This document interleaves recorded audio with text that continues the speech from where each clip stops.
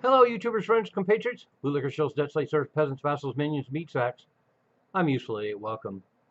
And so today I'm going to do another video on the ongoing retail apocalypse.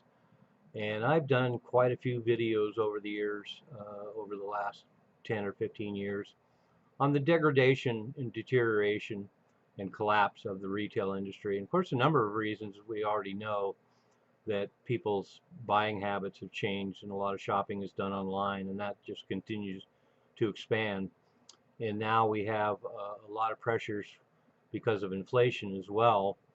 A good example of that is 450 restaurants have closed in Seattle. 16% of all of Seattle's restaurants have closed in just these first 8 months of 2025, which is utterly amazing. But this is we've seen a lot of the malls collapse. We've seen a lot of the major box stores go out of business, and it continues unabated. And as I pointed out, it's for the same reasons. Online shopping continues to expand. We have inflation. We have the pressure from the tariffs, the known and the unknown, and it's just continuing to create a lot of carnage in the retail industry. So right now we've had 2,600 stores closing this year, 9 major retailers, and it includes Party City was one of the biggest ones. It just shut 700 stores overnight.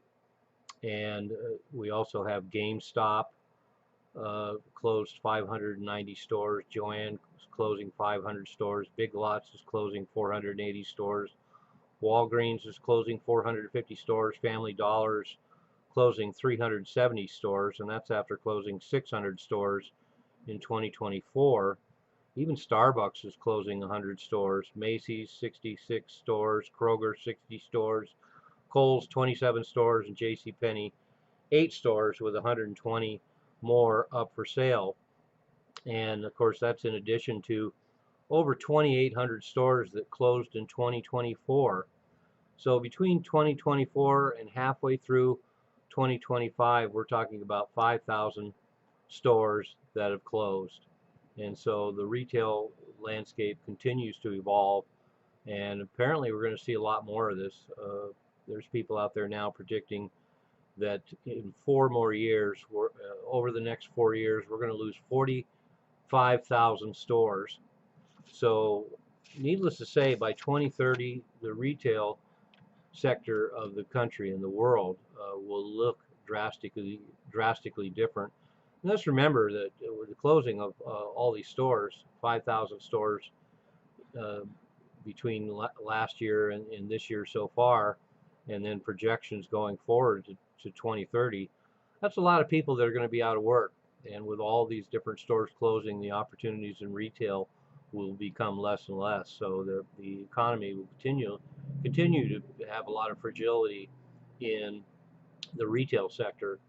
And as I pointed out, Seattle, this city, Seattle, is pretty insulated against a lot of the economic carnage out there. And the fact that 450 restaurants closed in Seattle in the first 8 months of this year, and then look at all the other cities in the U.S. I have to imagine the number of restaurants that are closing all across the U.S. has got to be comparable to that. So this is a major change and a major problem. And as I pointed out, restaurants are particularly hard hit by inflation, and they're just not able to absorb the costs.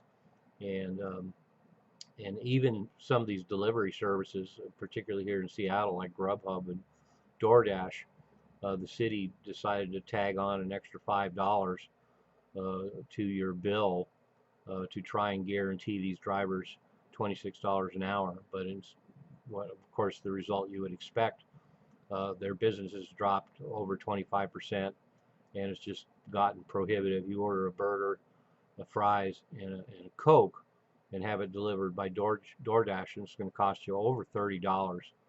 So the retail sector, as far as retail stores and then restaurants, they're going to be gone. And by 2030, we won't even recognize the retail landscape. I'm a Useful Idiot. Don't you be one too.